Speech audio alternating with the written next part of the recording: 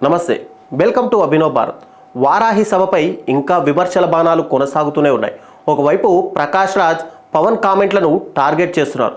మరోవైపు ఈ వ్యవహారం మొత్తంలో తమ నాయకుడు అనవసరంగా ఇనుక్కున్నాడని భావన జనసేన కార్యకర్తల్లో కనిపిస్తుంది. ఇదిలా ఉండగా వారాహి సభలో పవన్ కళ్యాణ్ చేసిన వ్యాఖ్యలపై తమిళనాడులో కూడా వ్యతిరేకత మొదలైంది. ఏపీ డిప్యూటీ సీఎం పవన్ కళ్యాణ్పై మక్కల్ ఉరిమై పాదుగాప్పు మైయం కన్వీనర్ న్యాయవాది వాంజీనాథన్ మదురై పోలీసులకు ఫిర్యాదు చేశారు. తిరుపతిలో జరిగిన సభలో పవన్ తమిళనాడు డిప్యూటీ సీఎం ఉదయనిధి స్టాలిన్ను టార్గెట్ చేసి మాట్లాడడాన్ని ఆ పార్టీ వర్గాలు సీరియస్గా తీసుకున్నాయి.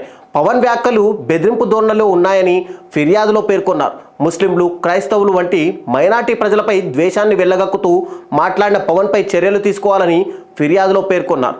పవన్ కళ్యాణ్ వ్యాఖ్యలు ఉదయనిధిని మాత్రమే కాదు, తమిళనాడు ప్రజలను, అంబేద్కర్ను కూడా కించపరిచేలా ఉన్నాయని వాంజీనాథన్ అన్నారు.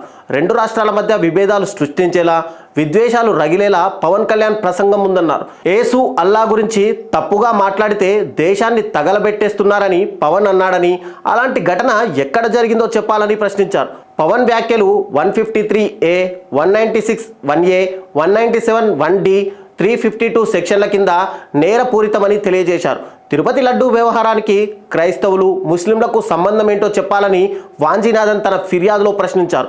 నెయ్యి సరఫరా చేసేవారు, లడ్డూ తయారు చేసేవారు అందరూ హిందువులే అని చెప్పారు. అలాంటప్పుడు నెయ్యి కల్తీ ఉంటే గుర్తించాల్సిన బాధ్యత కూడా వారిదే కదా అని ఆయన వ్యాఖ్యానించారు. వాంజీనాథన్ ఫిర్యాదు పరిశీలించిన పోలీసు అధికారులు దీనిపై తగిన చర్యలు తీసుకుంటామని తెలియజేశారు.